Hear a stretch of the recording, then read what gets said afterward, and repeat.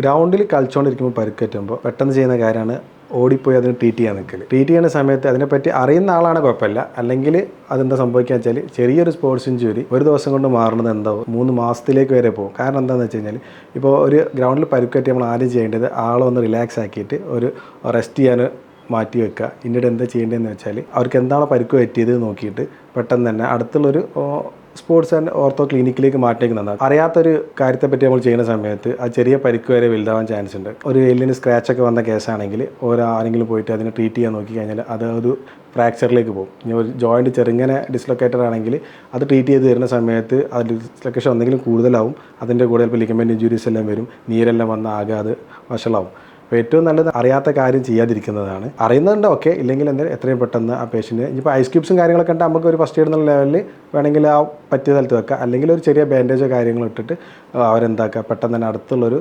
Sports ഇഞ്ചുറീൻ്റെ ഒരു ortho ക്ലിനിക്കിലേക്ക് മാറ്റിയിട്ട് നല്ലൊരു ട്രീറ്റ് കൊടുക്കുന്നതൊക്കെ നന്നാവുക. എന്നാൽ പെട്ടെന്ന് തന്നെ പേഷ്യൻ്റ് എന്താവും റിക്കവർ ആയിട്ട് വരും.